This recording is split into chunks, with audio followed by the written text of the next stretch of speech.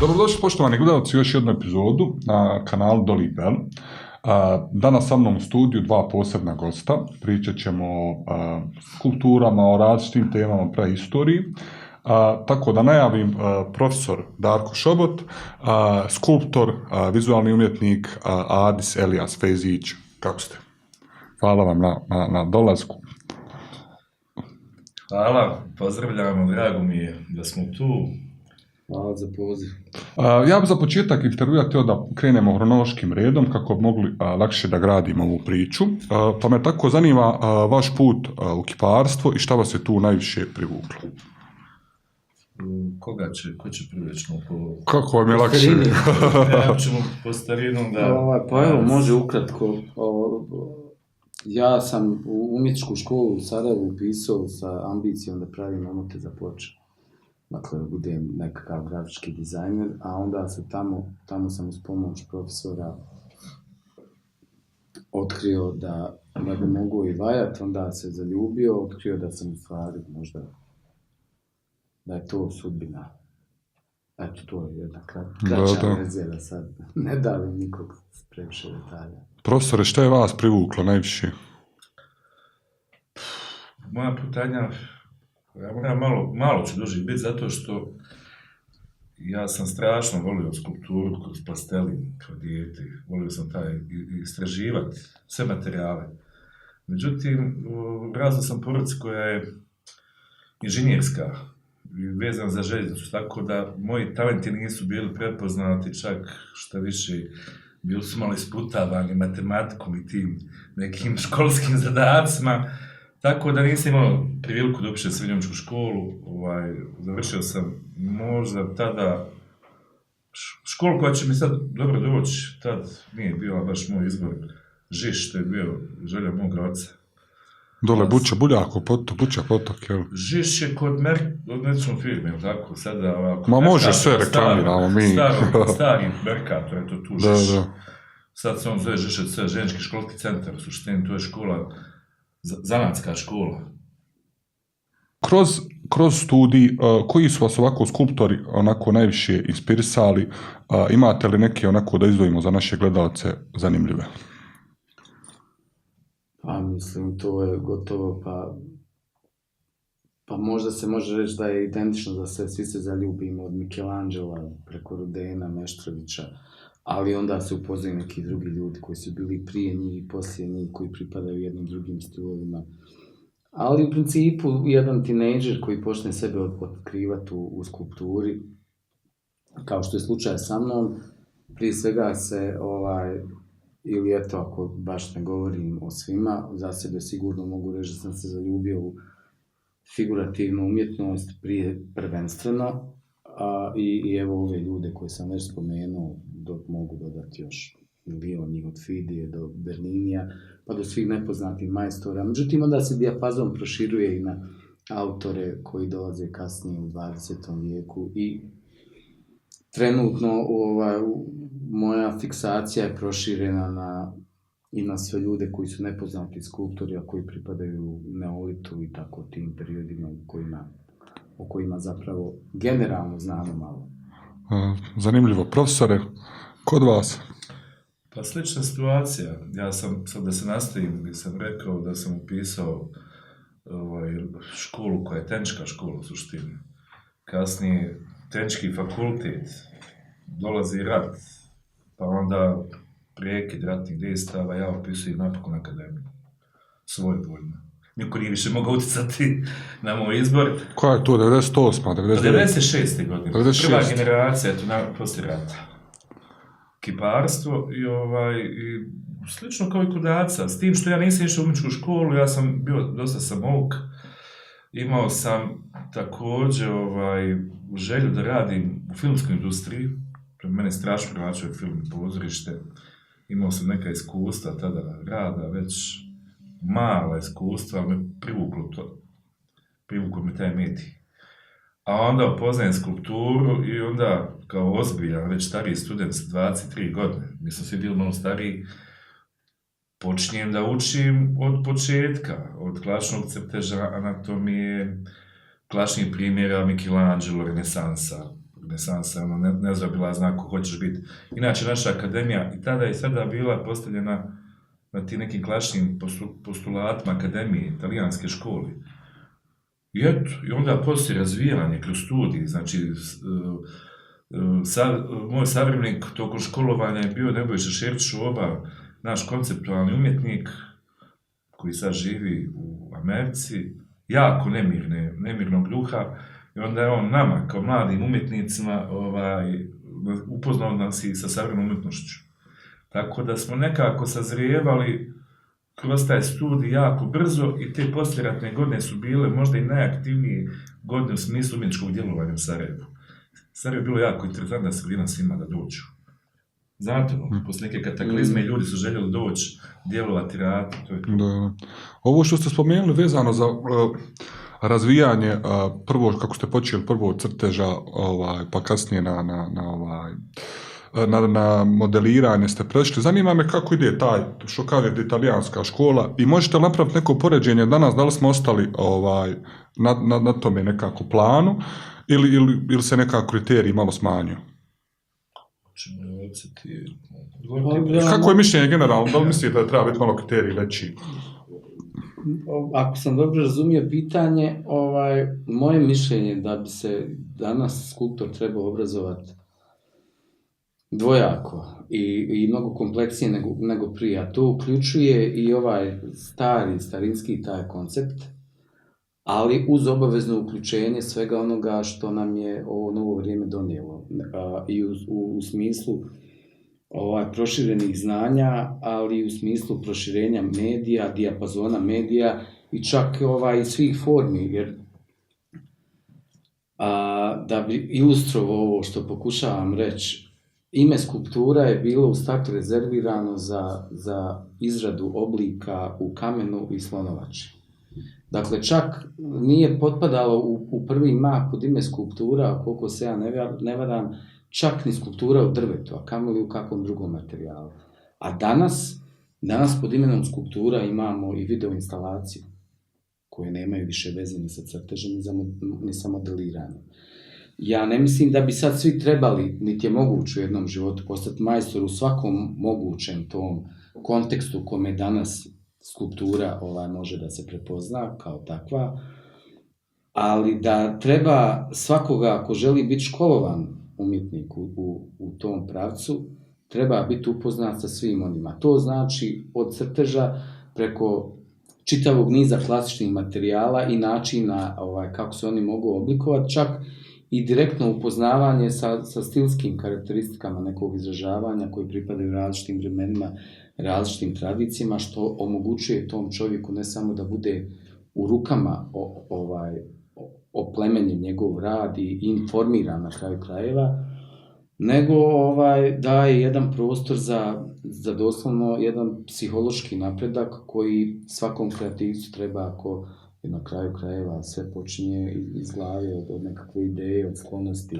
od emocije, od nekog ideološkog čak otklona prema nečemu. Da. Koliko u stvari zavisi korištenje materijala u izradu skulpture? Da li može nekako napraviti, da li zavisi materijal od onoga što želimo predstaviti? Da li može utjecati na emociju i na ukupni dojam?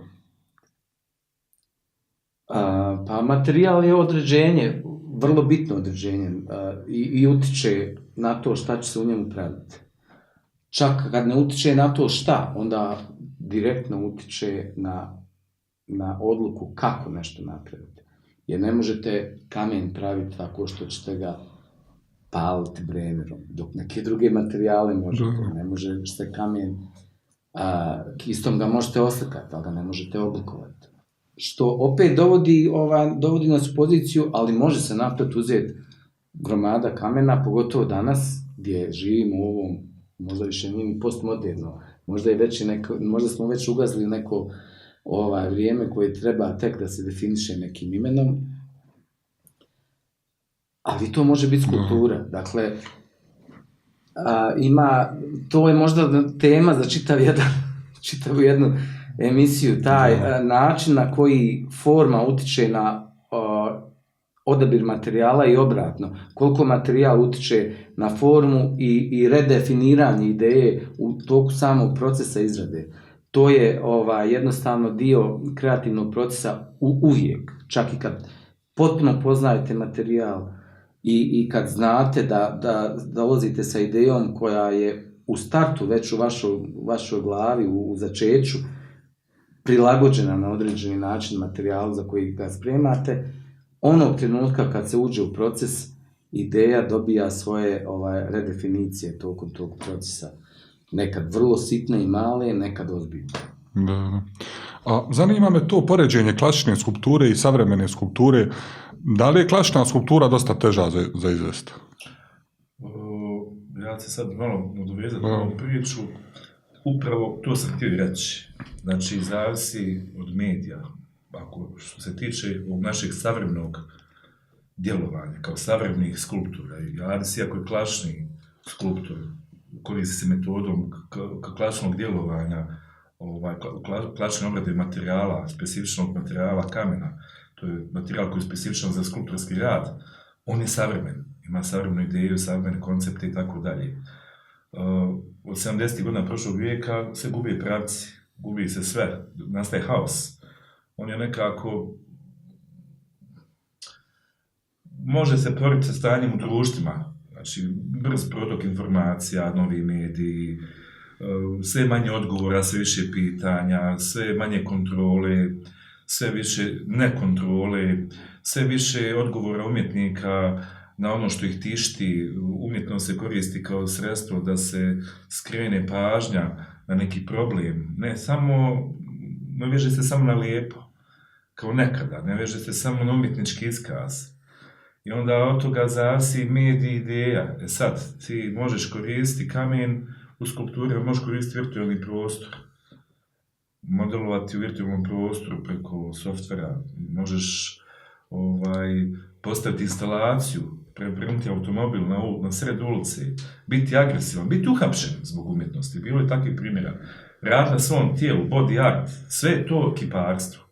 Kiparstvo je možda najširi pojam umjetnosti. Sad se moje kolege druge naljute, možda na mene, ali mi smo baza, uvijek smo i bili baza, kao atletika u sportu. Znači, mi smo baza za sve ostale djelatnosti umjetnosti. I za crtež, jer mi crtamo u prostoru, znači praviti skulpturu u prostoru znači opisati beskonačno crteža, opisati oblik sa beskonačno crteža u prostoru. To je baš sljedeće pitanje, onako gdje po vama, malo je nezgodno pitanje, gdje po vama nekako rangira kiparstvo u odnosu na druge umjetnosti? Umjetnici su imali neki izjava tu, na primjer Da Vinci je govorio da slikarstvo je nekako kiparstvo ne može zamijeniti slikarstvo nikada. To su neozbiljne izjave i neozbiljni stavovi, a Leonardo ih je sebi dozvolio u nekom, čak i u oficijalnom dijelu, u svom traktatu negdje to piše, da je kao da su prljavi, tipa... Da, opisuje sa vrlo banalnim stvarima. Tu se radi o jednom antagonizmu lične prirode, prije svega između njega i Michelangelo, gdje su jedan drugog tako častili uvredama te vrste, a u stvari jedan i drugi su jednako bili, samo što jedan naravno više stvari postigao kao skulptor, ali istovremeno napravio najveće slikarsko djelo, freske u Sikstinskoj kapeli, a Leonardova svaka slika je doslovno opis za skulpturu, a i radio je skulpture, mnoge od njih, kao i onaj konjanik,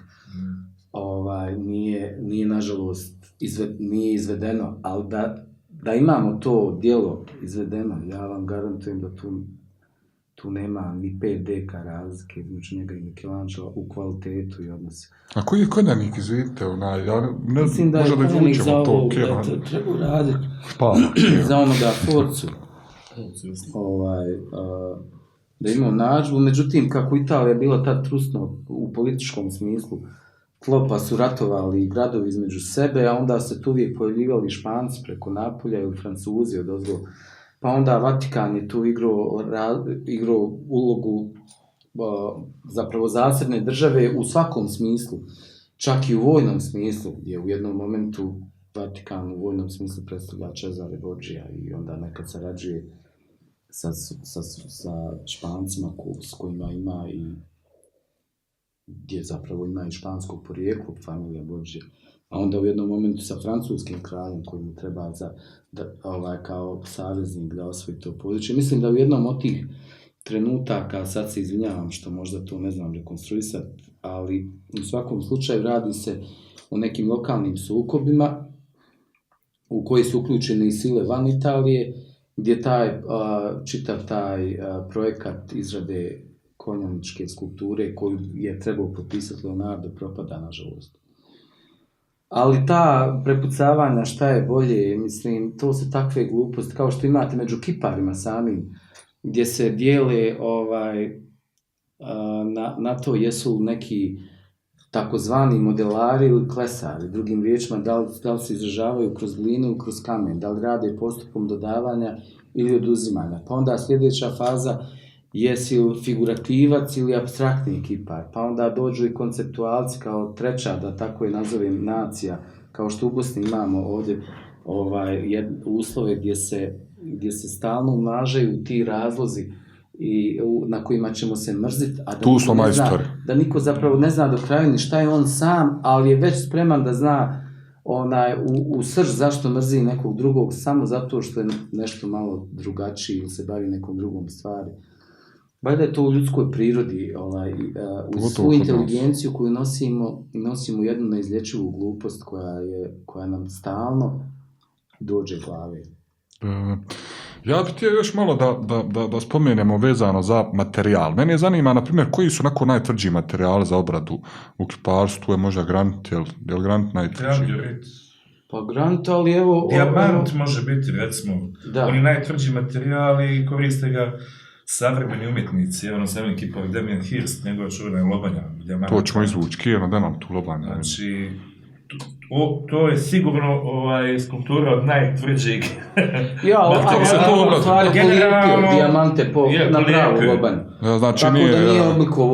Granit, diorit, kamen, ali evo metal, Darko često radi s metalom, metal je u stvari možda jer ako idemo onom najprizemnijom logikom, mi metalima obrađujemo i najtvrđi kamen. A najtvrđim kamenom ne možemo obrađivati metal. Tako da je vjerovatno metal najtvrđi, ali ima i različite načine kako mu klič, kako ga obrađivati.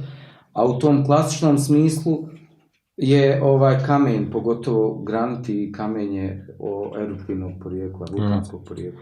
A koliko je to onako, da li možete našim gledalcima, na primjer, da li ste imali priliku granitu raditi, na primjer, nekom su baš tvrdom materijalu? Koliko je vremenski zahtjevno i kako to izgleda?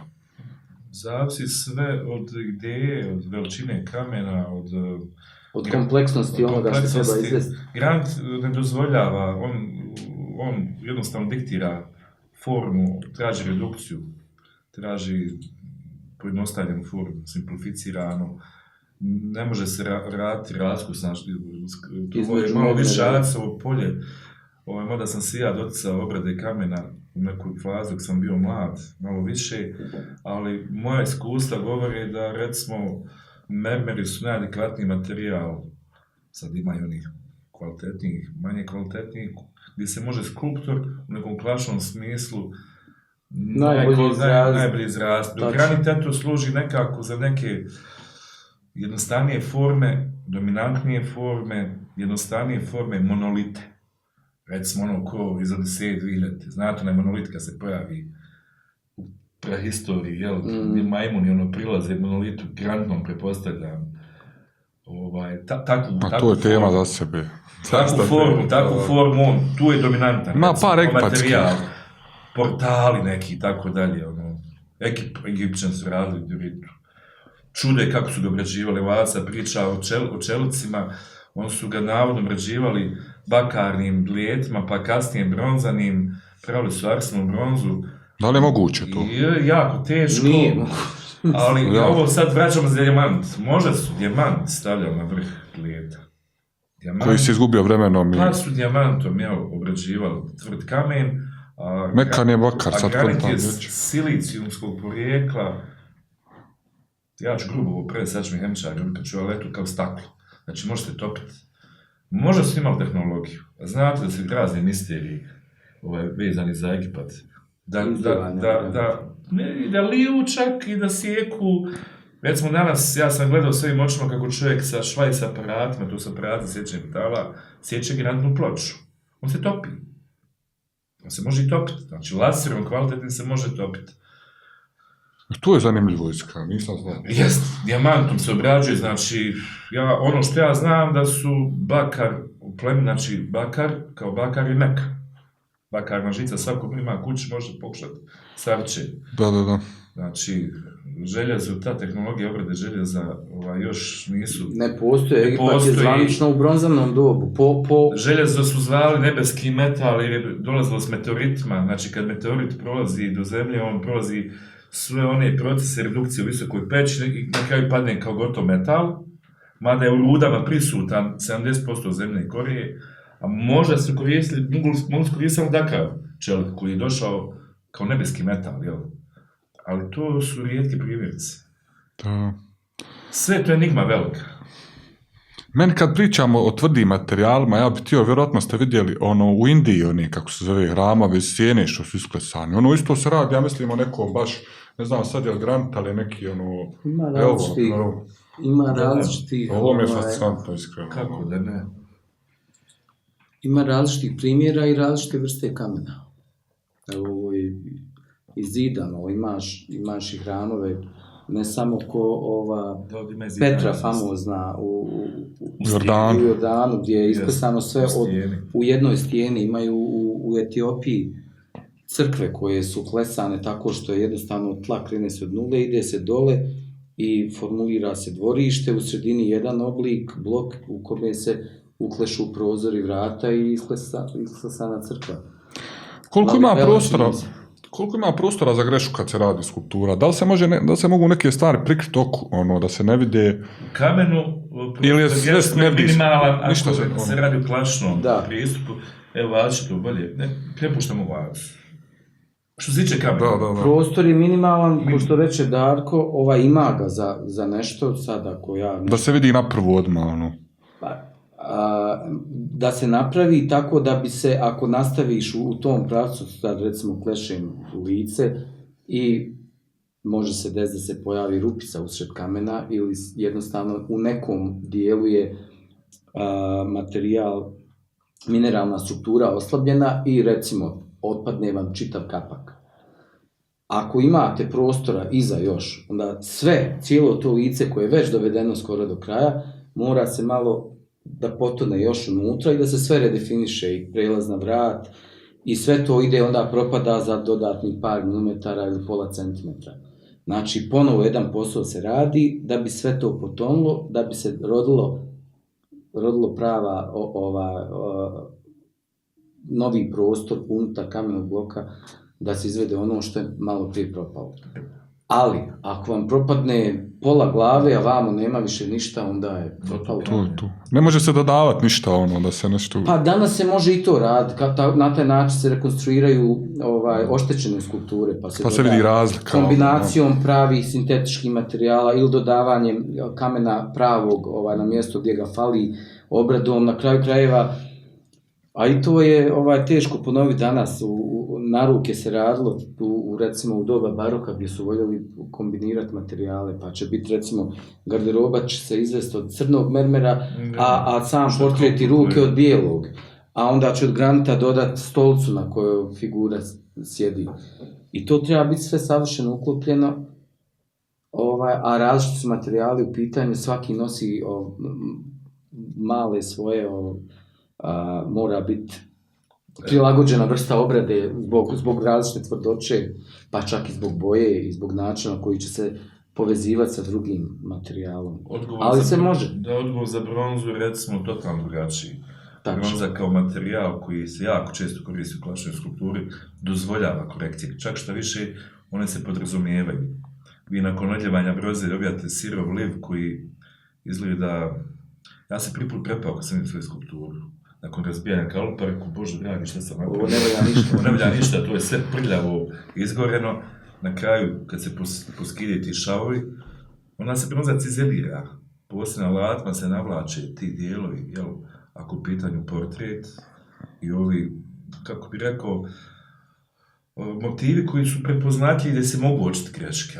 Na apstraktnim skulpturama, recimo, to je možda malo teže ako nije u pitanju onog tipa Brankusija, neko koji je polirao površinu, tu mora biti sve perfektno. Znači, kao novi automobil, ono, idealan odraz.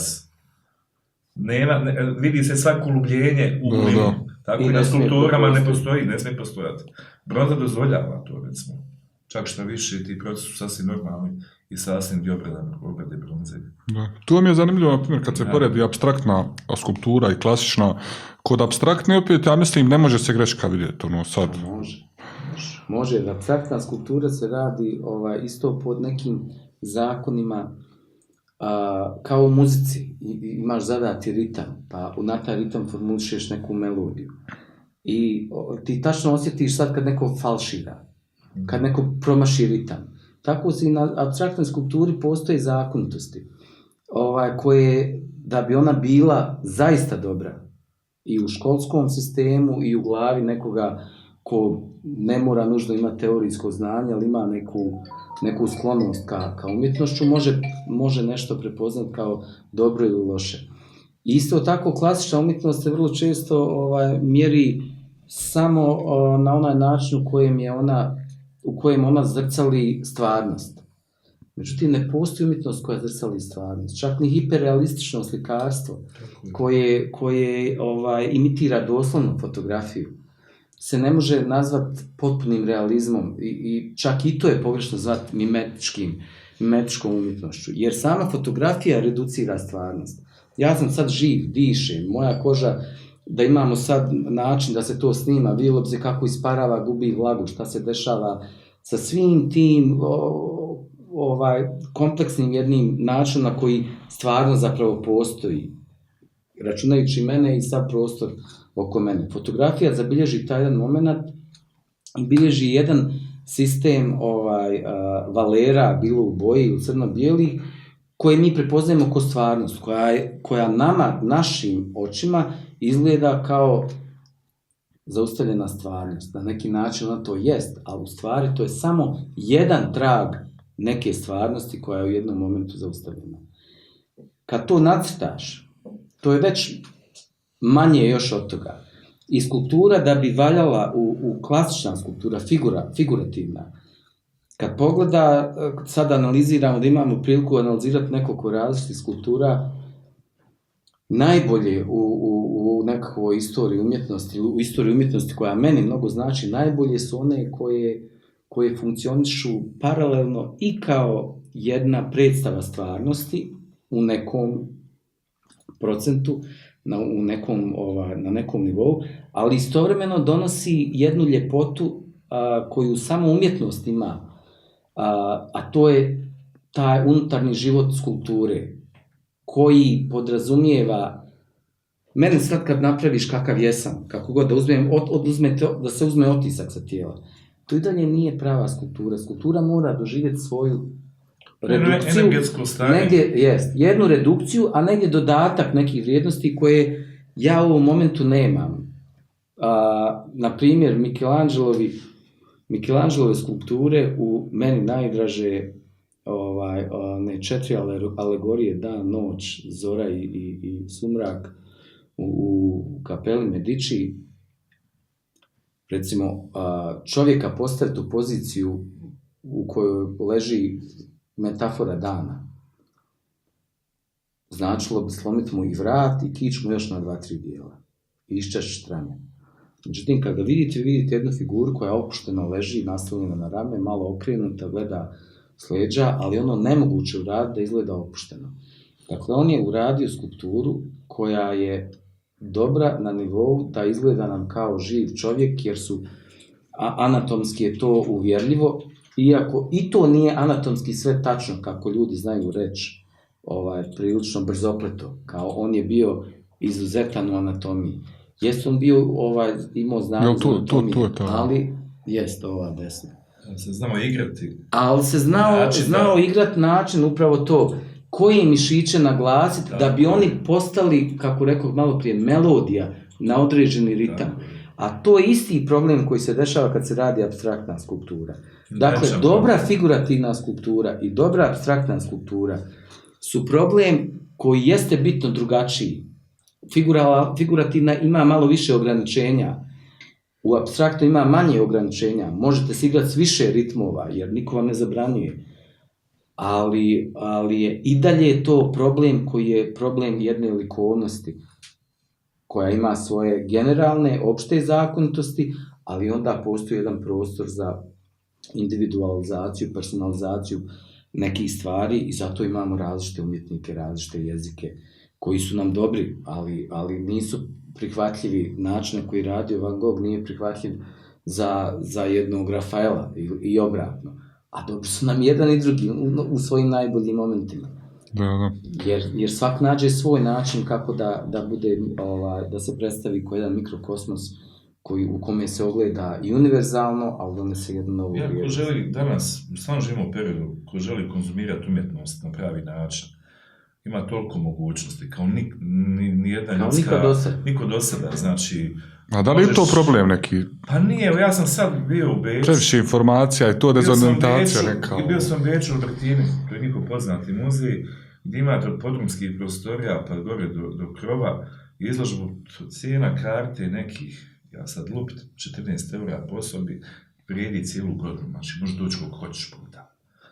I imaš, recimo, prizemlju, to je Gottfried Helvin, znači slikar hiperrealista, koji koristi kontraverzne motive, tipa sučeljava Mickey Mouse i Hitlera. To vidjeti uživo, to, mislim, sliku i skulpturu moraš doživjeti uživo. Ne preko telefona, ekrana, ta informacija, bez obzira na broj piksela, reducira, ti moraš imati direktnu komunikaciju sa djelom. Ja sam ostao zaprepašten po nekom emocijom, dotad, eto, plakalo mi se.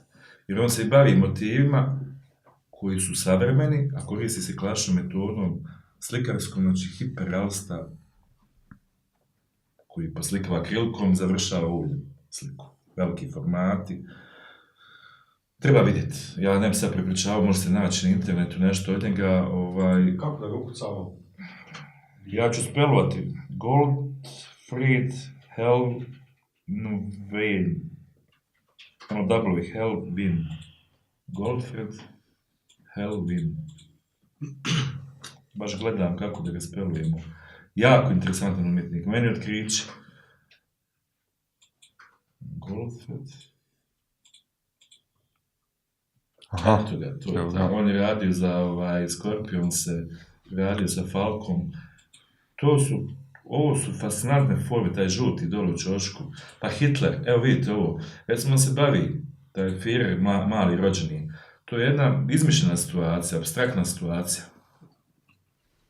Vidiš, gdje se ti ljudi, znači, kako bi rekao, ljudi koji generišu novog čovjeka, Arijevca, okupljaju oko tog djeteta i ovo se u suštini može porediti sa nekim bezgrešnim začećem, sa slikom. Ovo je klasični... Poklonjenje mudraca. Znači ovo je klasični motiv u savremenom jednom iskazu. Krunštajn, Napoleona. Tako je.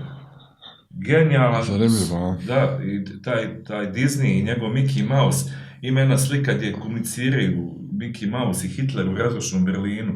Sve je hiperrealistično predstavljeno, upravo zato da bi, evo ovo, recimo ove anime lutke sa tim eksplozijama, to su sve ulja na platu, ogromnih dimenzija. To, pa onda iznad je recimo i ove deformacije, Pinokio, jel šta je? Pinokio, te su mato fotografije i djevojčica.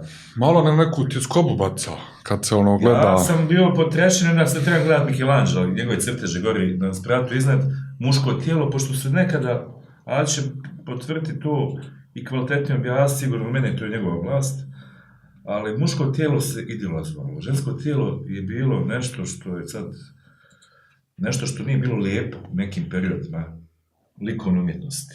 Muško tijelo je bilo puno napona, snage. A na koji period mislite, izvinite? Da li ovaj pravi istorija ili... Periodi prije renesanse, recimo to su periodi tradicionalne umjetnosti. tradicionalne umjetnosti, znači ono umjetnosti koja se ticala možda i plemenskih nekih, šta ja znam, gdje se to je baš praistorija. Žensko tijelo, eto to su Venere te, gdje se žensko tijelo gledalo kao Za proizvodnju djece. Moglo bi se danas reći na jedan seksistički način. Bukvalno samo za plodnost, za reprodukciju i tako dalje. Dok mi danas imamo sasvim drugačiji, bar mi koji smo seksualne orientacije, da volimo žene, jel, žensko tijelo nam je privlačno i čest motiv kod umjetnika. Kod Picassa. Ma u pjesmama sad vidim. Ali je teško istovremeno i procijeniti šta su oni zapravo komunicirali s ovakvim figurama. Možda je ovo bilo doslovno obožavanje ženskog tijela, koje se nije moglo izraziti nego na način ovako gdje su predimenzionirane. Ali recimo renesansi muško tijelo jako često, mnogo češće. Jer su dodavali tako mišiće i to. Anatomski i tako dalje. Upravo kod Michelangela postoje tijela gdje znamo da su korišteni muški modeli, a za rezultat je trebala biti slika ili skulptura žene. Što se može objasniti ne samo njegovim navodnim homoseksualizmom, može se objasniti i sa tim da je jednostavno lakše doći do muškog modela. Da. To je bila polemika. I danas ćete prije lakše naći, evo, među studentima, lakše će muškarac pozirati muškarcu nego djevojka muškarcu. Jednostavno je lakše, a onda je potrebno samo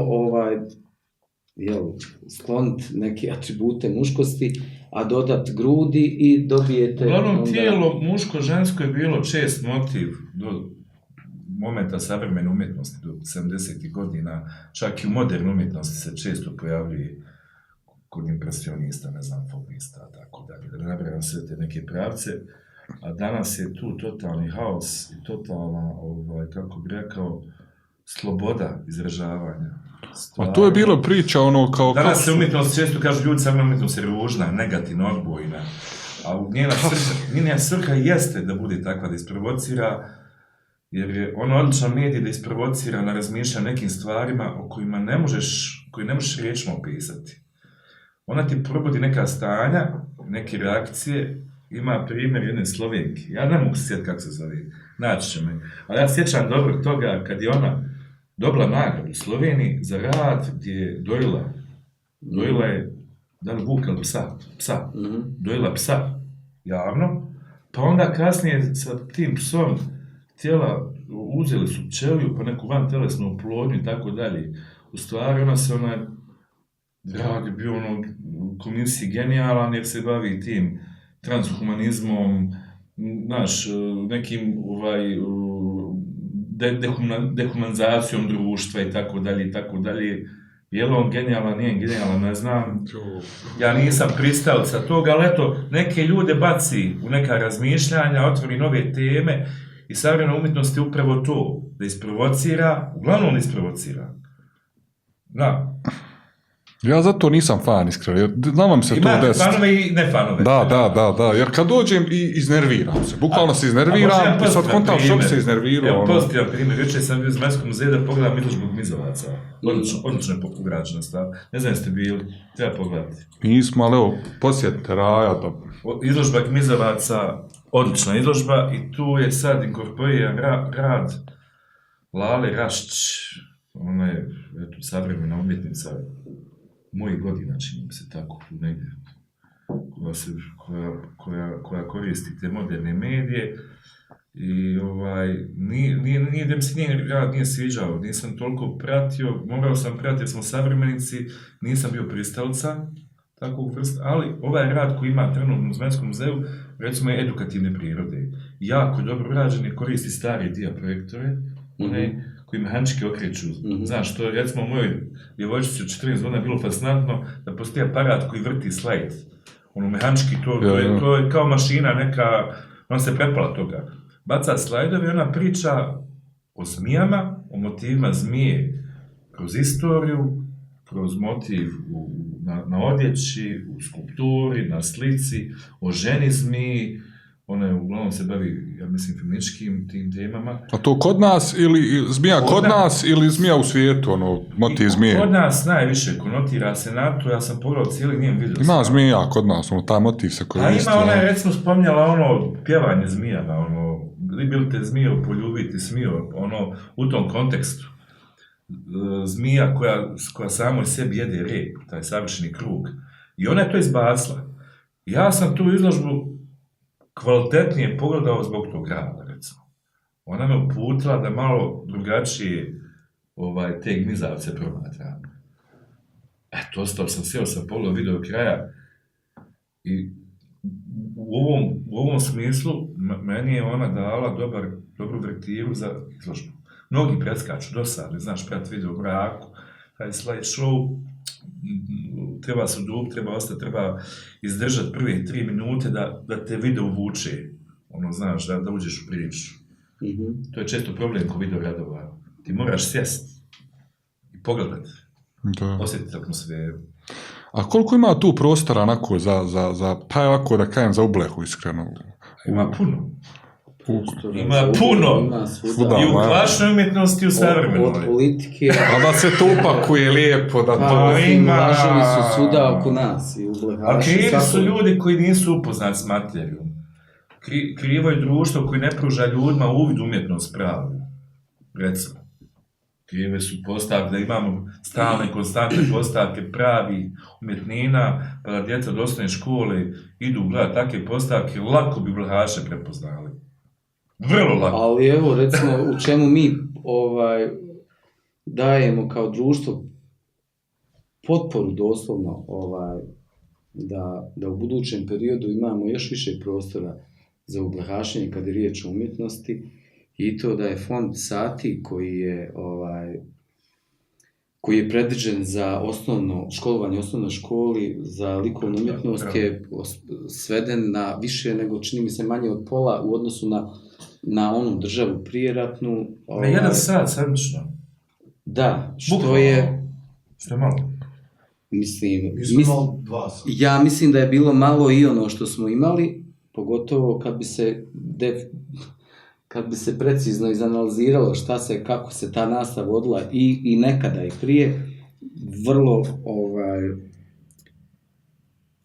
nesistematski, neprincipijelno, ne sa pravim, mislim, najveći dio te nastave, najvećem broju škola je bilo, danas vam je tema sunce i tehnika akvarel i udri. I tu se... Bilo je to malo i nekakvog terapijske vrijednosti, ali zapravo vrlo se malo prolazilo kroz teoriju umjetnosti, kroz edukaciju, kroz doslovno školovanje kako percipirati umjetnost, kako to učiti. Nisu krivi nastavnici, krivi je nastavni plan i program. Krivo je sve, ali danas je krivo, tako je, ali danas imamo još veći problem, a to je da čak i taj fond sati koji se nije onda koristio kako treba, sad je još i manji. I kako onda odgojiti nekoga da bude likovno svjestan, da ne kažem kulturno? Zdrava društva upiru u sport i umjetnost. Pogledajte bilo koju ozbiljnu državu, vidjet ćete sport, umjetnost. To je to. To je patriotizam. Tu se pravi država. Da. Jer vrijeme kad prođe, kultura ostane samo. Pravi pristup. Ostane kultura, ali mi ne radimo ništa pravilno. Mi imamo, ako se ne varam, 70% obradive zemlje u ovoj državi je neobrađeno. A svima treba hrana. Svi jedu. I bogati i sirom. Mislim, ako misle da sam živ, makar 7 dana. A mi smo zemlja sa potencijalom da imamo pravu vodu za piće, koje je sve manje i kod nas. Imamo sve uslove da svi u ovoj državi jedu organsku hranu. I čini mi se, evo da ne budem preoptimističan, preentuzijastičan, sigurno da pokrivamo najmanje 70% naših potreba za hranom. Tako da bi se mnogo trebalo manje uvoziti. Plus da nam od svega toga ostane za izvoz. I mi bismo se trebali, ja ne kažem sam ja neki veliki stručnjak, ali ovo što ja govorim je, čini mi se, nešto što može vidjeti čak i prosječna budala, a to je da bismo se mi trebali orijentirati na proizvodnju prave hrane, od koje će preteći i za izvoz, i na edukaciju. Treba potpuno se fokusirati na vlastite izvore i prave ljude koji mogu voditi edukaciju na najbolji način, rupe koje postoje pokrpiti uvozom stručnjaka sa strane, makar iznajmljivanjem stručnjaka sa strane, dok se ne postigne jedan bolji nivo edukacije u opštem smislu. Sad ne kažem da neki već nemaju najviši mogući nivo, ali znamo da mnoge ustanove edukacijske nemaju pravi nivo, a da ih ima previše za ovako malo. Moraš imati pravi ljude na pravim mjestima. Tako je. Moraš imati volju. Drugim riječima, da skratim, edukacija da ti bude i hrana. Interes okoline, celine, znači društva, ne lični interes, nikako lični zadnji interes i tako dalje. Mi bi mogli biti oaza u tom smislu, na evropskom nivou. Ali daj Bože. Sigurno. Pa ja nešto mislim, kad se ne može društvo promijeniti, a treba se možda na djecu usmjeriti, sve gurniti u djecu. Pa ja imam dijete u 14 godina i veliki problem kako svojim primjerom pokušavam njoj i njenoj okolini, drugaricama, ne znam, drugovima, društvu koje oko nje, dokazati svojim djelovanjem da se od ovoga može živjeti, da se može biti koliko toliko uspješan ovdje, gdje je to jako teško, gdje kad ljudima kaže skipar, te gledaju kuda si kosmonaut, kuda si Louis Armstrong, ne znam, znači, naš poziv je još mnogima nejasan. Ja sam banci otvorio račun, ovo je smiješno reći, otvorio račun, žena pita čime se vi bavite, šta ste po profesiji, rekao kipar, magistar kiparstva, žena kaže, čega? Kiparstva, šta je to? Ima li to, kaže, kod nas? Ima li posla? Ima li posla? A od čega živiš, time se baviš, od čega živiš? Maja odmah pitanje, otvoreno. Može se živjeti, te kako? Može se živjeti od bilo čega, od onoga što znaš raditi, i ako ima potreba. Ljudi, kao društvo, ima uvijek različite potrebe. Evo, vi sa ovim podcastom sigurno ćete imati publiku. Koja će vas pratiti, neku koja će rasti, kreirat ćete teme koja će privući tu publiku. Edukativno ćete djelovati kroz nas dvojicu kroz većinu dosadnu temu, možda nešto nauče od nas dvojice, možda nauče više od onih ljudi koji su životni ljudi s ulice, koji su prošli na najteži mogući način život.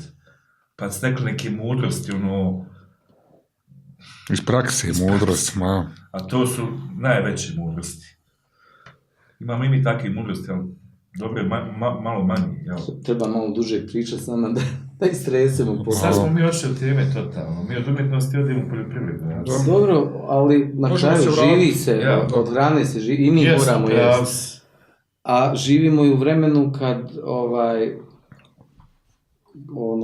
kako malo prije pominje i Darko, da imamo toliko toga na stolu i da ima mjesta tu za svakoga, ali svi žele ipak da kroje stvar po vlastitom nahođenju, po vlastitim standardima, i zato imamo i sukobe, zato imamo i različite religije koje su u sukobu jedna s drugom, i mi imamo na terenu kod nas ovdje jedan sukob i intelekta i gluposti, i sukob koji se bazira na različitostima između etnija, religija, pa čak i nacija, iako ja mislim da je to pretjerano u Bosni govoriti da postoji različite nacije, ali eto, zvanično se o tome priča, pa ja ne bih da budem previše pametan, ali je i to na stolu. A što se tiče nas, skulptura tu trpi, odnosno kipari, skulptori, jer postoji ozbiljan dio našeg društva koji je u ideološkom smislu protiv skulpture uopšte kao takve. Tako da ne želim sad praviti nešto lamentiram, da se žalim, ali to treba imati otvoreno na stolu, čak i u ovakvim razgovorima, da postoje ljudi doslovno koji su protiv našeg pa mogu čak reći fizičkog postojanja. Ja se nadam da nas ne bi niko ubio, doslovno fizički likvidirao, ali da bi volio ili želio, ili da zapravo i rade na tome da se ova profesija skloni iz ovog našeg javnog diskursa i Da. postojanja, ima takvih. Neki čak to i otvoreno.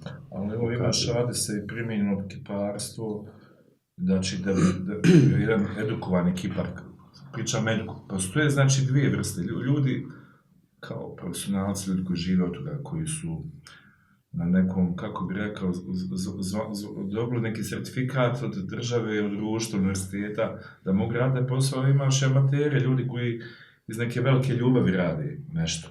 Sad, treća stvar je primjen dio. Opet juče nailazi na tu postavku, na velike kornjače, znam kojih je, to su naše kolege radile, koji radi za Zemljanskom muzeju, znam imena, neću ih sad spominjati jer nekoga ću zaboraviti sigurno. Znači, ogromne morske kornjače, replike. To da bi radio, ti moraš biti spretan skulptor. Znači, takvu skulpturu da bi radio, moraš biti spretan skulptor. Da bi radio 1000 nekih drugih stvari primjenjenih, reklamu, neku kvalitetu drugačiju, da bi radio, ne znam, skulptori se bave čak i modelovanjem nedostajućih dijelova tijela. I to je čak. Tako je. Znači, široki dijapazon onoga što skulptor pokriva svojim znanjem. U onom klasičnom smislu. Klasični znači. Što faktički, izvini, prestaje da postoji onog momenta kad ti ne educiraš jedan broj ljudi da budu skulptori. I onda nemaš ni ljude koji mogu pokriti evo sve ovo. Ne radi se tu samo o radu na kipovima za religijske potrebe, pa neko kaže radite kumire, ne radi na nikakve kumire. Ja radim isto ono što radi pjesnik. Pjesnik opisuje nešto što je uradio, što je Bog, ako ćemo na tom nivou razgovarati o umjetnosti, pjesnik, niko ne kaže pjesniku da glumi Boga. A pjesnik zapravo se koristi riječju, a i sve te knjige su bazirane na riječju. Na kraju krajeva, kako se kaže u početku, bijaše tako. Da. A ja opet mislim u tom teorijskom principu isto, na primjer, zabranjeno je zato što su kao kipovi, kao klanjamo se kao kipovima, ali sad ti u teorijskom ne radiš to uopšte, ti... Niti ikom pada na pamet da u nekoj skulpturi vidi božanstvo. Ali istovremeno neko je sposoban da kaže ovo treba zabraniti, jer to liči kao da smo sad došli iz pustinje, prekuće naučili vlastito ime, i naučili juče... Vidi, ja su neke religijama i to postoji, znači da imaju božanstva koja su prikazana. Kako im zabraniti, zašto im zabraniti, imaju prava. Apsolutno, sve dok nekom drugom ne ukidaš pravo na život. Da.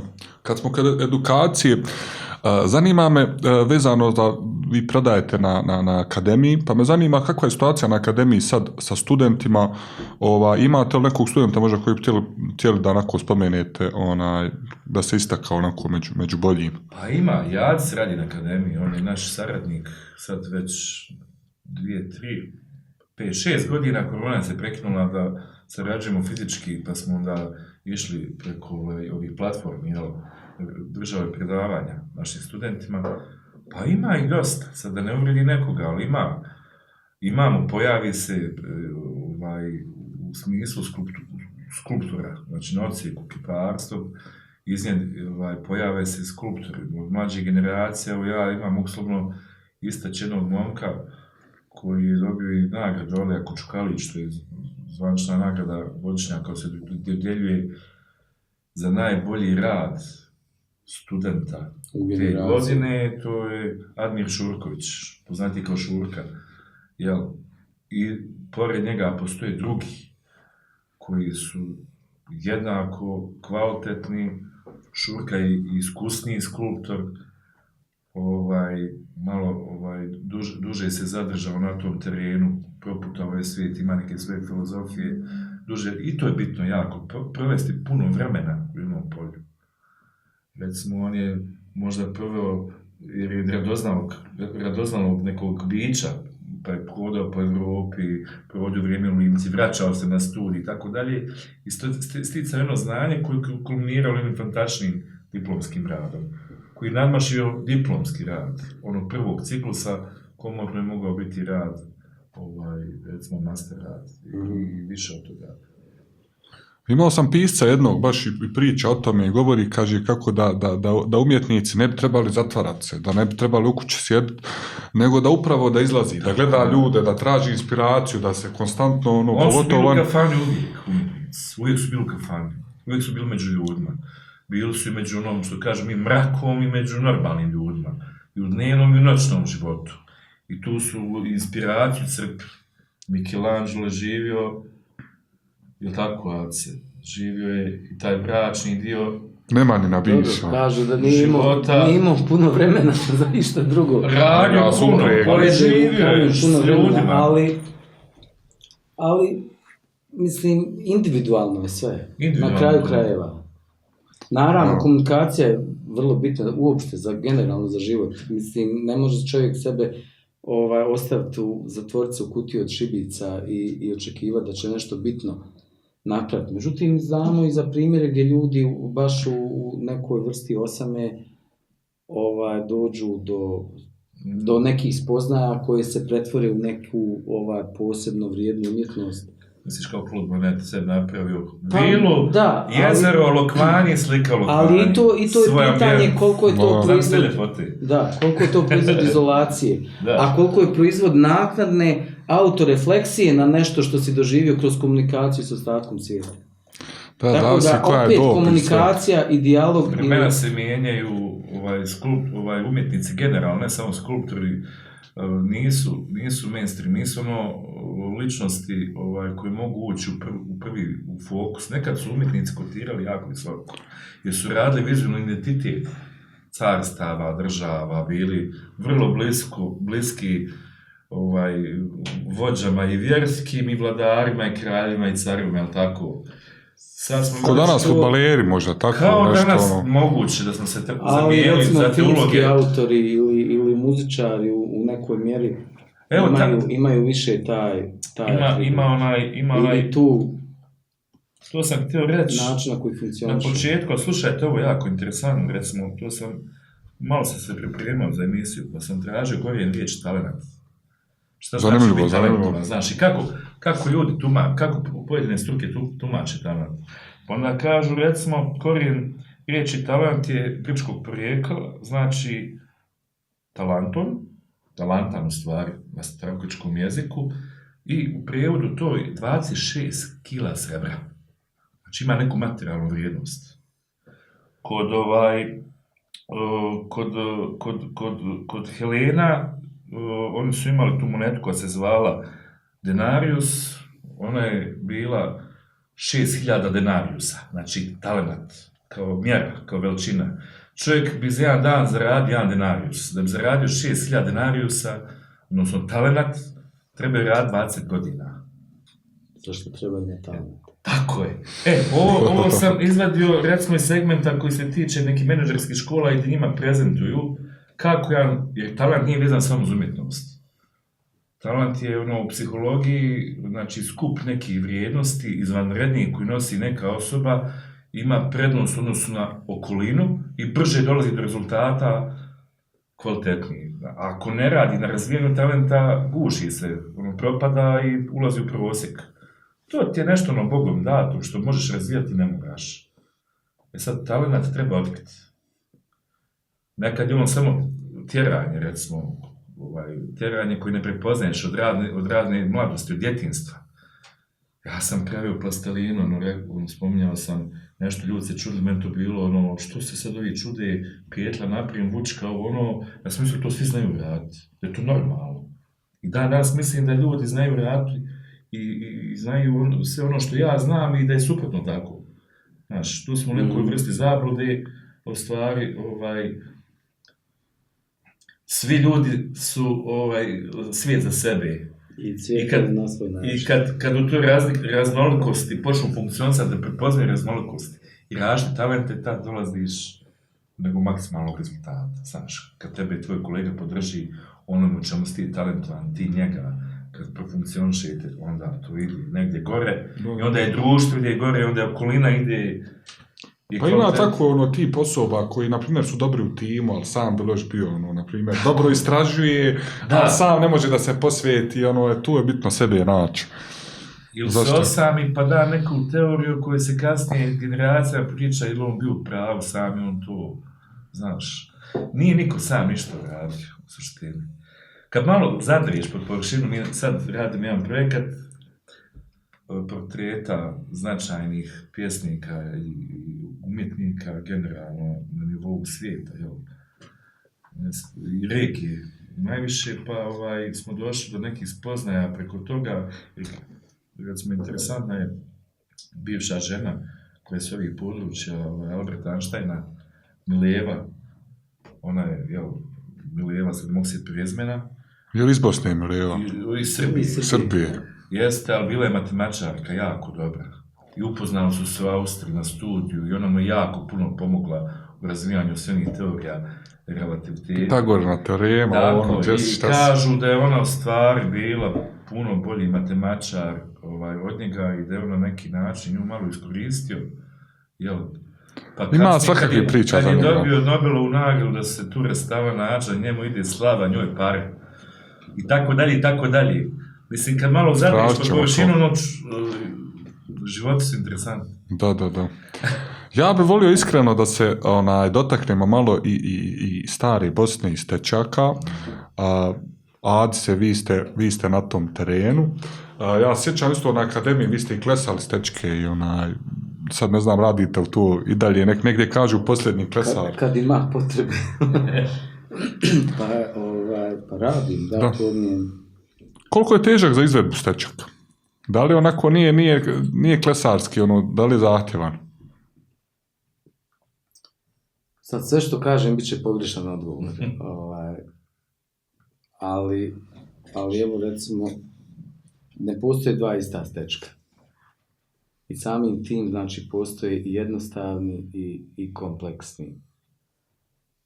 I automatski uz to ide i malo precizniji odgovor. Dakle, ako je kono kao kad hraniš ribice, ako je pojeo, onda je muško, ako je pojela, onda ako je stečak kompleksan, onda ga je teško i napraviti, ako nije, onda je malo lakše. Pa koji su oblici onako najteži? Ima 40 vrsta. Evo zašto sam ja zaljubljen između ostalog, osim što sam Bosanac u stečke, upravo zato što mi je taj prostor otvorio jedan bolji, novi, širi prostor u kome se ja osjećam komotnije, ne samo kao Bosanac, nego i kao skulptor u nekakvom univerzalnom smislu, na kraju krajeva kao ljudsko biće, koje je osuđeno ili izabralo da živi u umjetnosti. To je da Šefik Bešlakić je jedan od naših najvećih istraživača stečaka i vrlo je zaslužan za jednu finalnu klasifikaciju oblika stečaka. Imamo te slike, dane oblice, imaš tu. On je napravio... Ovo baš iz njegove knjige, ne oblice tamo desno. On je napravio ispitivanje prethodnih klasifikacija oblika i onda je s jednim kritičkim odnosom prema njima formulisao svoju klasifikaciju. Kad tu njegovu klasifikaciju prevedem na nekakav svoj izravan jezik, ispadne da su ono što mi danas nazivamo stečcima, a možemo poslije objasniti to ime, je sve što zvanično pripada srednjovjekovnoj umjetnosti u kamenu u Bosni i Hercegovini, odnosno sve što postoji kao nadgrobni spomenik ili kao kenotaf, a dijapazon toga je toliko širok da pod tim imenom se može prepoznati svaki kamen koji je amorfan, dakle gotovo neobrađen, ali je stavljen u funkciju nekakvog biljega, preko svih geometrijskih ovih oblika koji su u obliku kvadra nekakvih ili sljemenjaka i ovakvi i onakvi više ili manje krstače. Do krstača koje već prelazi u antropomorfnu formu gdje se može nazrijeti oblik tijela. I čak i nišani bosanski koji se počinju raditi u kontekstu otomanske okupacije ovog prostora oni su možda zadnja faza u stečcima, ja podrazumijevam i njih pod umjetnošću stečaka. Oni su također antropomorfni, nišani predstavljaju faktički lik čovjeka. Ne doslovno, nema tu očiju, nema ušiju, nema ruku, ali postoji trup, postoji vrat i postoji glava koja je obilježena obično turbanom ili nekim drugim pokrivalom za glavu koje tu opisuje faktički glavu i na temelju nekakvih ikonografskih standarda vi možete pročitati ko tu leži. Često se može prepoznati i pogotovo kod nišana i titula i funkcija čovjeka, status u društvu i tako dalje. Imamo jedno staro groblje, ovdje ću vam pokazati, iskreno vidi se kroz prozor. Radili smo neku restauraciju, a vezano za motive na stečcima. Ja sad u ovom istraživanju, ako sam u pravu, na oko 100-tinjak stečaka imamo uklesano imena i tako. Ima nešto više, ali to je faktički vrlo mali procenat, u procentima je to vrlo mali broj u odnosu na ukupan broj poznatih stečaka. Da. Vrlo malo njih ima sačuvan tekst. Da. Ono što mene zanima, pošto ste vi kipari, možete li uporediti, na primjer, ovog čovjeka koji je radio tekst i ovog što je radio, kako se zove, sam stečak? Da li povijek ima neke tu velike razlike, da je puno kompleksna ova izvedba samog stečka i transport, i to me zanima isto, i nekako mi izgleda kao da nije isti čovjek to radio. Nekad možda i nije, to zavisi, možda su radila dva čovjeka, jedan koji je pismen, drugi koji je nepismen, jedan nepismen, na primjer, ovo nije pravilo, ali mi zapravo ne znamo mnogo o tome i onda na stolu moramo uvijek imati nekoliko opcija predviđenim za analizu, nekoliko solucija, ali evo, na nekim srcima mi imamo potpisane i pisara i kovača. Kovač je otprilike bio čovjek koji je klesao kamen, nije nazivan klesarem, najčešće nego baš kovačem, možda iz jednostavnog razloga što je čovjek koji je oblikovao i metal i bio kovač, bio spreman i da neki kamen oteše i na njemu nešto iskleše. Pa je možda bio u situaciji da ukleše slova. Princip na koji se klešu slova je malo drugačiji od klesanja neke druge reljefne forme, pa nekad i to može biti uzrokom razlike. Druga stvar, ako čovjek nije bio pismen, onda bi dobio od pisara na papiru zapis i on onda gleda u znakove. I gleda u znakove koji njemu ne znače ništa do oblika. I taj oblik precrtava na jedan prostor u kamenu i onda ih obilježava tako da oni ostanu uklesani u kamenu, na samo ocrtani. Pa ima ali ide se linije, jasno. Ima primjera gdje fali slovo. Da li to slovo fali zato što se u pisanju po pravilima nije pisalo, ili zato što je neko ko je bio nepismen klesao, izostavio slovo, zaboravio ga, pa onda negdje ga ukleše ispod, na kraju dođe pisar, kaže ovdje fali znak, onda ga negdje uglavi. Pa onda, na primjer, ja se bavim i nekakvom kaligrafijom baziranom na bosanskom srednjovjekovnom pismu, pa se znam igrat kad ispisujem nečije ime ili kad ga trebam zatvoriti u neki simbol u kome će ime biti kodirano, onda se igram, svjesno koristim ono što su nekad bili propusti, koristim taj jezik isčašenih slova na nekim mjestima da bih ime neko okodirao do mjere da ga je teže dešifrirati. Da. A imate, jel danas ljudi koriste to kao ukras ili stvarno koriste kao nadgrobni spomenik? Stečke? Da. Mislim, vaše ja sam bio u poziciji da uradim doslovno nešto što je stečak koji je moj, ali za koju ja argumentirano tvrdim da se može prepoznati kao dio tradicije stečaka koja pripada jednom drugom vremenu i prostoru, koju, usuđujem se nazvati da je oživljavam i da na nekoj fuziji onoga što su principi tradicionalne umjetnosti stečaka i mog ličnog senzibiliteta, pa pravim nešto novo, jedan novi iskorak, ali to i dalje pripada tradiciji. Ja sam bio u poziciji da radim doslovno stečke za za neka grobna mjesta gdje su ljudi imali želju da obilježe grob nekoga svog stečkog. I meni to pada na pamet, možda ću ja biti iskren, pa zanimljivo iskreno što stečak. Jeste, širok. Dogovorit ćemo cijenu. Važi. Mene još zanima, ja nisam siguran, imam osjećaj da je ova tradicija, to je moje mišljenje, tradicija izrade stečaka puno duža. Kad vidimo, na primjer, neke slike, što se tiče degradacije, neki su, na primjer, dobro, imamo ove restaurirane, imamo neke koji su, na primjer, u relativno dobrom stanju, a onda imamo neke koji su apsolutno degradirane, vidi se kao da je, imamo tu, mislim, zavisi vjerojatno i gdje... Da je prošlo više vremena. Da, ali nekako, zavisi vjerojatno i od vegetacija okolo kakva je i ono šta utiče na njega. Kamena isto. Otvori nam kjelo te slike, malo da gledamo. Pazi, pošto sam ja moram, i Darko i ja moramo zastupati i nešto što je opšte prihvaćeno i standardizirano znanje. Dakle, u nekom smislu nauku. I stečak je za sada zvanično prepoznat kao srednjovjekovna umjetnost. Prije svega bosanska, ali i generalno ovog područja koji je u tom kontekstu ili vrlo blizu bosanskih granica i sadašnje Bosne. Tako da se toga u nekoj mjeri moramo držati. Nemam ja sad argument da poljuljam tu tezu. Ali da možemo, isto jednako tako naučni pristup je imati otvoren mozak u najmanju ruku, otvoren za ukoliko dođe neka dodatna informacija da se redefiniše ovo postojeće znanje.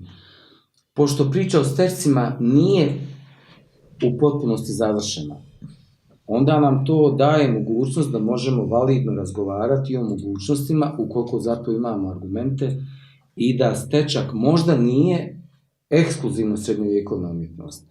Ali podsjećam da ne bismo bili nikakvi šarlatani, zvanično to je upisano čak i na UNESCO-vu listu i po svim sadašnjim, manje više, po svim sadašnjim istraživanjima, to je srednjovjekovna umjetnost. Ali, ako sad ja razgovaram kao umjetnik o tome,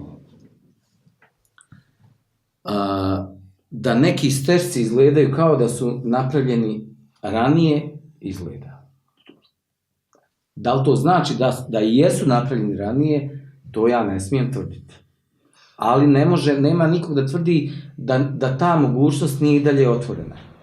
Da vidim na nekim stečcima paralele sa onim što se nalazi kao klesarija u Göbekli Tepe, na onom hramu koji je 2006. otkrio Klaus Schmidt. Neki od onih motiva, čak i stručnjacima, ukoliko bi ih doveli u poziciju da im izbrišete dio memorije gdje će nešto što znaju da je iz Göbekli Tepe biti stavljeno u kontekst stečaka, mene bi mogao prevariti svako. Jer su način na koji je koncipirana forma, na koji način je klesana, kojom tehnikom identičan je. Da li to znači da je ljudska priroda takva da će na nekom nivou svog umjetničkog razvoja i na isti način pristupiti rješavanju nekih problema? Možda. Da li to znači da su neki stečci stari kao i klesarije u Göbekli Tepe? Možda. Ne mogu tvrditi da jest, ali jednako tako to je otvoreno pitanje na koje će možda nekad neko naći odgovor. To bi značilo veliku stvar, iskreno. To bi značilo kontinuitet hiljadama godina. Ali mi smo i dalje pri proučavanju stečaka osuđeni na stečke kao jedini, ne samo primarni, nego uglavnom jedini izvor znanja. Dakle, nama u analizi stečaka, u istraživanju stečaka, mi nemamo druge izvore koji dolaze iz srednjeg vijeka koji nam govore o stečcima. Mi nemamo opise kako je ko radio, osim sami stečci kad ih nose, pa samo to klesanje, pa način, pa onda hajmo probati izlesati kako se ovo kleše, pa imam neke svoje teorije koje možda nužno nisu tačne. Meni izgledaju kao logično objašnjenje, ali ja ne mogu tvrditi da je to zaista tačno. Isto tako, zašto smještamo srednji vijek, to je zato što i sudovi danas funkcionišu na temelju dokumenta. na stečcima negdje piše ta godina koja pripada srednjem vijeku, gdje kaže ja sam taj i taj, ležim tu i tu, služio sam za tog i tog kralja, tog i tog ljeta gospodnjeg i ne možeš tu ne možeš to negirati. Ja to shvatiti. Ali isto tako, manji broj, to je. ali isto tako, broj, tu je i otvoren prostor za manipulaciju i za špekulaciju ove vrste. Na primjer, zar je teško zamisliti, jer danas imamo takve primjere, da ja uzmem kamen koji je star, otklesan, nešto je otklesan, neki oblik, nađem to na svom imanju, negdje recimo iskopam, ne može mi ga niko oduzeti, recimo ne funkcioniše država, ja to uzem po svoje i stavim ga sebi kao nadgrobnu ploču, samo se ukleše moje ime i ova godina. A sam spomenik je stariji mnogo od svega što ja poznajem. Da. Ne kažem da je to riječ ovdje, ali nemoguće je zatvoriti oči na te mogućnosti sve dok nemamo drugi konkretni dokaz. Neki od prikaza na stercima su aščare srednjovjekovne scene. I tu nema nikakve dvojbe. Ali isto tako ima i prikaza gdje se može prepoznat kostimografija koja pripada jednom periodu koji je stariji od srednjeg vijeka. Ima ta ilirska kaciga. Na primjer, ilirska kaciga. Kako to objasniti? I to se može objasniti možda nekakvom vezom koja se prenosi tradicijom gdje ljudi i tada vode računa o svojoj tradiciji, pozivaju se na prošlost koja je ilirska i hoće da kaže da on pripada kući ili plemenu koji ima porijeklo staro 1000 godina u tom momentu u srednjem vijeku. A možda je upravo to spomenik koji je napravljen za nekog Ilira u ilirsko doba.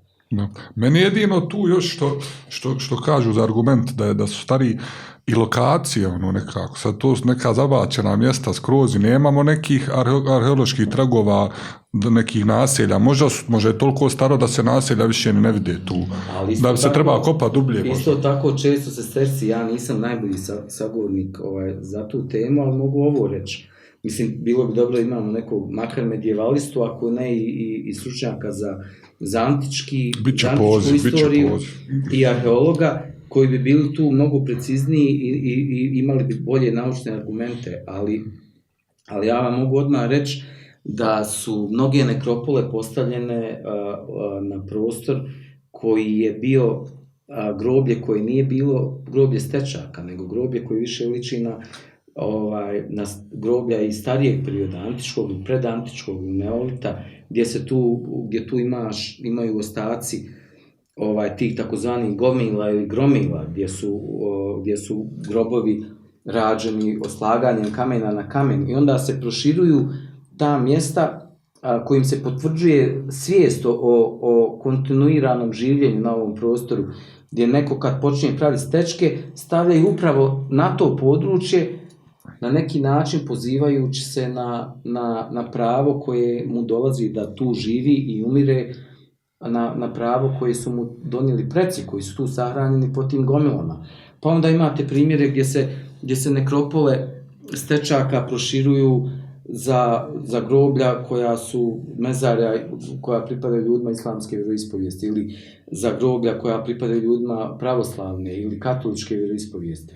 Na kraju krajeva jevrejski spomenici, znamo da Jevreja ovdje nije bilo ili bar nije njihovo postojanje dokumentirano dok nisu došli u srednjem vijeku nekako nakon otomanske okupacije ovog prostora, gdje počinju dolaziti protjerani iz Španije preko Venecije uglavnom i počinju tu da žive. I Sarajevo ima jedan od najznačajnijih spomenika u tom smislu, to je staro jevrejsko groblje, gdje su ti jevrejski spomenici oblikovani tako da je potpuno jasno da su bili pod utjecajem srednjovjekovne naše klesarske tradicije i oni su, što se mene tiče, i ti spomenici su dio umjetnosti stečaka.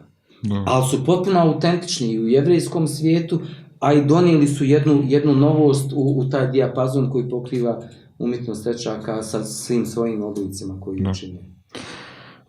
Ja bih vas još htio pitat, neću vas više lomiti što kažu oko stečaka, ali meni je ovo skroz zanimljiva tema, upravo zbog toga što ima dosta toga da se otkrije. Mene još zanima, vi ste, klesali ste stečke, zanima me u smislu transporta, da li je zahtjevno to? Mislim, znamo da ima veliki stečaka, meni je to isto, na primjer, postoji na jedan od 32 tone, znači da tu bi, sad ja ne znam da li su oni sad otkinuli kamen od 40 tona pa ga klesali na te 32 tone, ali opet kako taj kamen, da li je tehnički moguće uopšte da se to sad s konjima, kako bi to uradili? Mislite kako su ga oni tad? Da. Danas to riješimo pneumatikom, dizalicama i raznim stvarima, a i tako to ispadne projekat čitav. To je čitav projekat danas. Stečak od 35 tona bio itekako... Stečak od 7 tona je projekat prenositi i voziti. Naravno nije moguće, ali je projekat koji se ne može izvesti bez određenih tehničkih preduslova i mehaničkih. Ja sam u šumi kod Kaktinja, gdje što je prekidam, jednom imao priliku, trebalo smo graditi repliku na mog stečka. Čak sam si auto ne obilo, da znaš. I to je tamo gdje kako se to, Vilin kamen, znaš, u toj šumi. I fascinantno je bilo u šumi, znači šuma je vegetacija, brzo rasti. Ne znamo kako se to izgledalo prije 30 godina, kamoli više od 100, 200, 300, 400, 500 hiljada godina. Nasumično su razbacani po toj šumi. I nisu uopšte, kao da ih je neko prekinuo u transportu.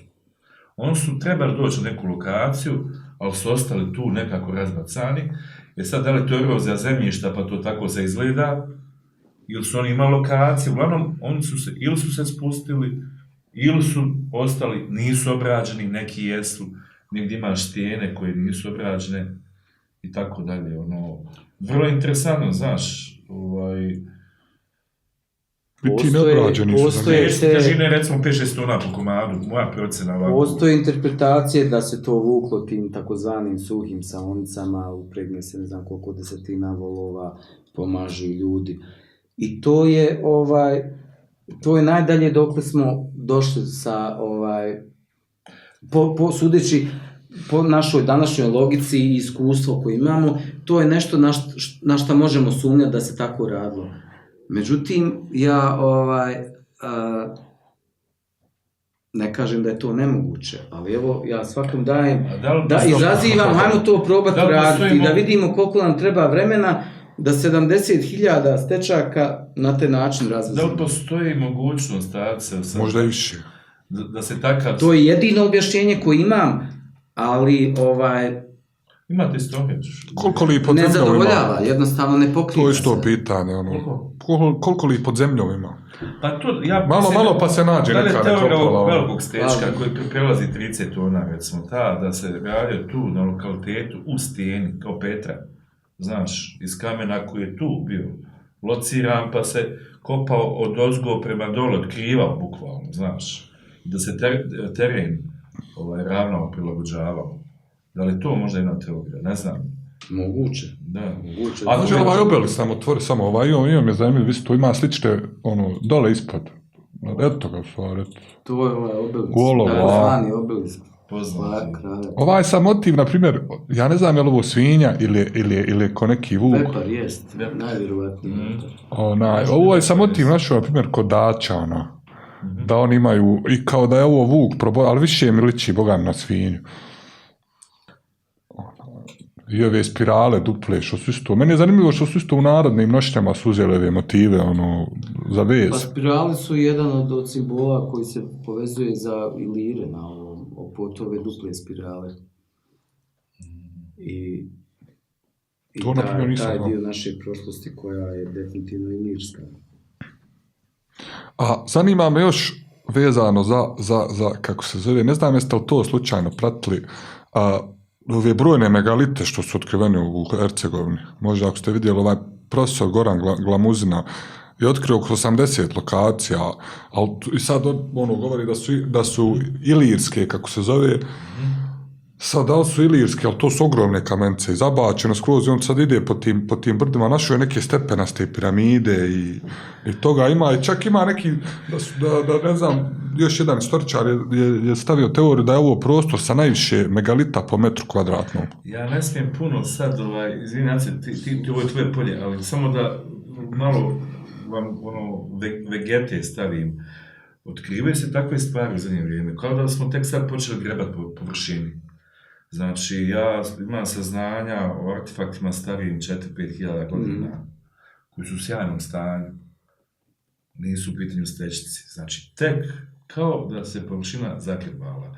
I sve ovo što se sad čini kao neka alternativna istorija i teorija, koja možda nije toliko alternativna. Možda nije toliko alternativna, možda je istinita, možda je ključ upravo tu negdje u ovim prostorima, civilizacijski ključ ovih prostora Evrope, ne znam. Vidjet ću, mislim da kolega Harskao, restaurator, konzervator i neko ko se interesuje za ovo polje, ima jako puno materijala, ima cijeli život da potroši. Da bi istražio barem segment. Ja volio isto, na primjer, ako neko gleda emisiju da je istraživač, možda istoričar ili arheolog, da jednostavno vide ljudi da tu ima prostora i da se dosta toga otkrije. Koliko je nekropola okupno? Ja sam čuo, tu su brojke nevjerovatne. Ono što je u Bosni, Hercegovini, pa Srbiji... Nego što zvanična dosadašnja klasifikacija pokazuje, ali... Da ih je i propalo dosta, na primjer u gradnji. Jest, ali obzirom kako se sve dešava, nije teško, kako reče profesor Dubravko Lovrenović, nije teško zamisliti da na ovih 70.000 za koje znamo, da ih je nekad prije uništenja prirodnim ili putem ili ljudskim rukama, ili tim nestankom u tlu, da ih je bilo možda najmanje još toliko. A to je ovo malo prije što ne postoji takva tradicija na tlu Evrope da je ta vrsta takvih monolita rađena u tom broju na tako malom prostoru.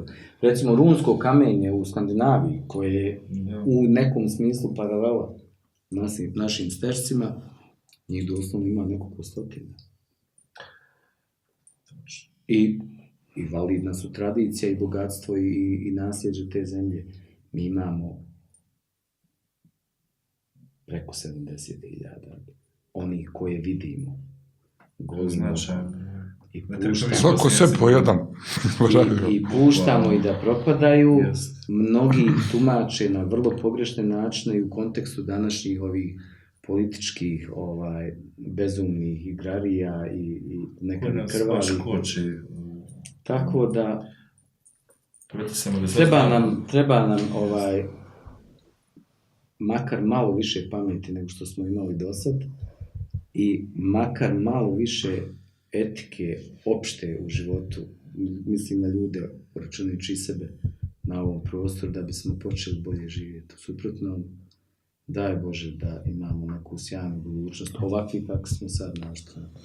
Nekad ja mislim da je to problem kod ljudi, što na primjer nekad vide neki objekat kulturnog nasljeđa i on se ne čini toliko bitan u tom trenutku, izgleda sad kao nešto bez veze, ali kad se uradi restauracija, kad prođe to vrijeme, onda se to počne cijeniti. Ja mislim da bi se moglo praviti neki zanimljivi projekt, iskreno, čišćenje stečaka i tako, čisto mehaničko čišćenje, samo... Imate dosta toga, što se tiče etike, konzervacije, restauracije, tih stvari koje sad borba je na tom polju u svijetu, da li treba stvari ostavljati in situ, ne dirati ih. Jer čovjek djelovanjem, čim ti nešto iskopaš, počinje proces propadanja. Da, pojačaš. Pogotovo organskih stvari. Disanjem, neko uđeš u Altamiru, pećom, čim dišeš, ti djeluješ kao čovjek. A i patina kad se skine isto. Da, patina. Onda premještanje, ja znam da su dole u Primoru radili iz muzejske zbirke, radi muzejske zbirke stečak sa jedne lokacije, to je kamen, krečnjak, iz tog podneblja premestili bliže moru, pa je počeo propadati. I tu u nekom realnom vremenu 20 godina vidjelo se propadanje, utjecaj soli i tako dalje. Naš kamen, krešća, ne znam, ti lokalni krečnjaci su jako otporni.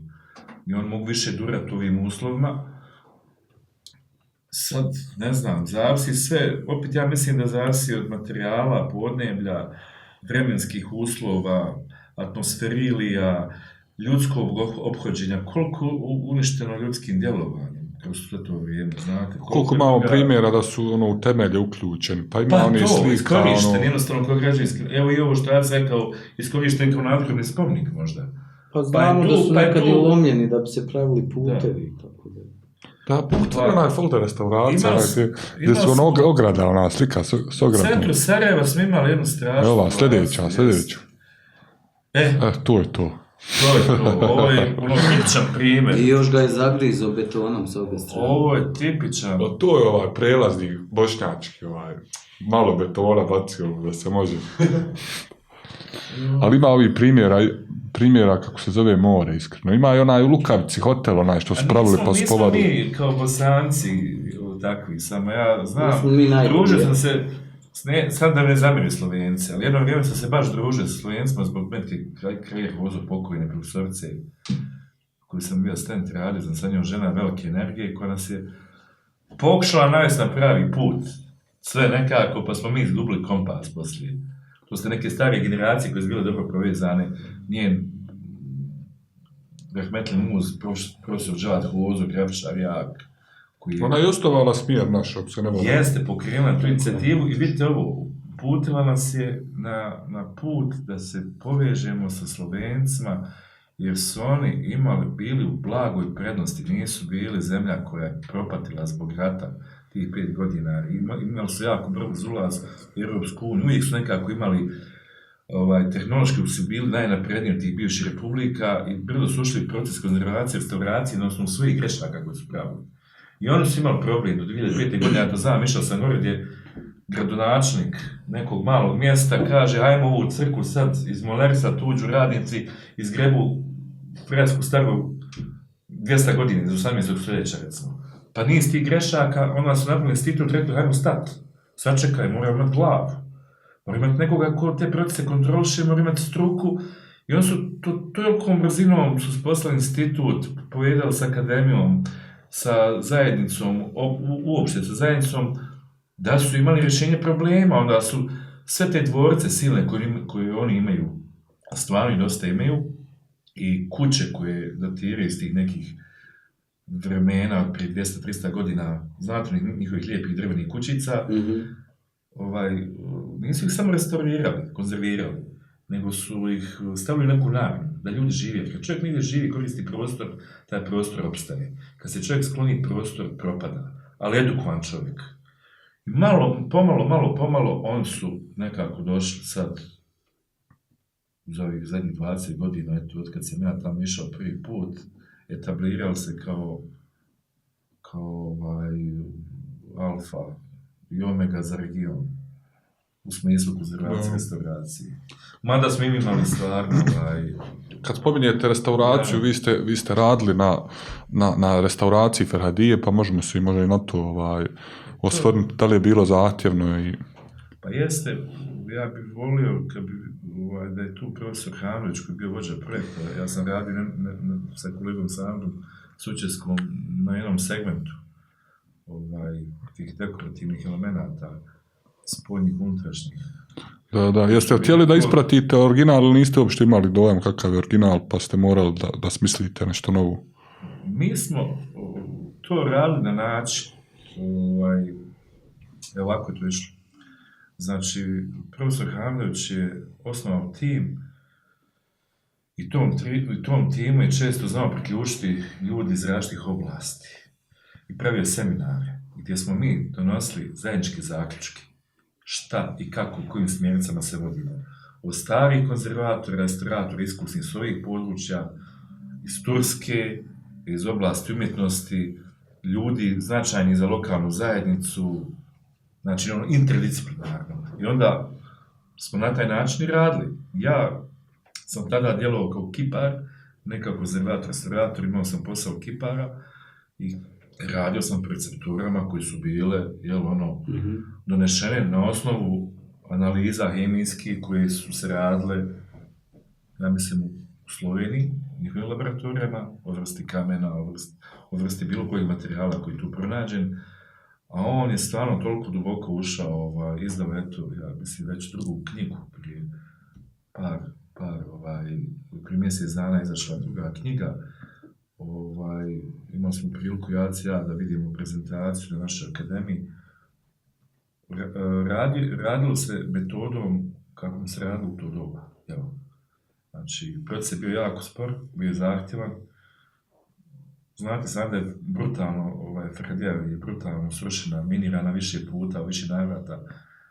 Prvo neuspješno, kasnije kad se srušilo to kamenje raznešeno na razne lokacije, bačeno čak na smetlište, sklonjeno i tako dalje. On je dugi proces bio identifikacije kamena od više džamija koji su srušene na tom području. Njene sestre Arnaudije, koja je vrlo slična, u istom stilu ugrađena, pa se radila prvo klasifikacija artefakata, pa počelo ugrađivanja. Mi smo imali jako lošu dokumentaciju, to je činjenica, i neke smo stvari morali dešifrovati na osnovu dokumenata koji su bile poručne fotografije ili fotografije ljudi iz tog doba. Pa komparacija s ostalim džamijama. Komparacija s ostalim džamijama i eto na kraju uvijek uz dozvolu ljudi koji su, uvijek je pravljen taj okrugli stol gdje su donesli odluke šta je izvodivo i na kojem smjeru idemo. I ti isti Slovenci o kojima pričam su došli jednog dana na taj objekat i bili fascinirani metodom na koji se način radi. Tako značajno, ona je bila zaštićena UNESCO-om, ona je bila pod UNESCO-om kao i Mostarski most. To su objekti koji su svjetska baština kulturna, bili su to su spomenici nulte kategorije, jel tako? Tu nema igre. Meni je bilo zadovoljstvo, ja sam bio ispunjen do kraja, tu sam puno naučio sam najviše dobičnih ljudi, zidara, fenomenalnih ljudi koji sam upoznao tamo, profesora Handovića, pogotovo čovjeka koji je cijelu svoju karijeru usmjerio u stvari, sve svoje različite interese sublimirao kroz taj projekat. Znači, vrlo oprezno, s velikim oprezom uvijek se radi. Da. To zna nezgodno biti skroz. Ima naravno negativni komentara je to bilo i bilo je sve pod pritiskom i medijskim i same islamske zajednice su brza procesi. Ne mogu ljudi čekati da se nešto završi. Proces restauracije nekad traje. Sad će Ramazan, ovo. Pa proces restauracije nekad traje cijeli život. Eiffelova kula se recimo non stop obnavlja. Ona je urađena od običnog željeza. Koji hrđa. I on se non stop mora konzervirati. Kad dođu do vrha idu dole. To je takav proces. Kad je stavljeno u funkciju, kad je ozidana, ljudi su ulazili klanjali. Bez obzira što nije bila gotova. To je objekat koji je u funkciji, koji nije dio kulturne baštine onako, eto, da bude samo ukras. Nego stvarno ima funkciju. Restauracija zna stvarno biti nezgodna, ja sam radio isto na par džamija, što je rekao tad profesor Nihat, kaže, moguće je napraviti savršen zločin, znači da se to ne vidi, da je nešto ali tu etika dolazi i možeš ti sam sa sobom to. Etički kodeks, je li tako? Da. Dragi gledalci, prilazimo lagano do kraja emisije. Bilo je tu još tema za razgovor, ali smo to sveli na neki sat i pol. Nadam se da će biti opet prostora da snimimo novu epizodu. Da li imate možda neku izložbu da najavite ili nešto za naše gledalce? Ova sad postavka u Zemaljskom muzeju možda preporuka. Evo, obavezno. Ja jučer sam posjetio tu, ima ozbiljni pomak u Zemaljskom muzeju. Mada mi je žao, ta institucija i dalje nema grijanje kako treba imati. Obucite se toplije i dođite. Jeste. Slojevito. Se obucite, jeste.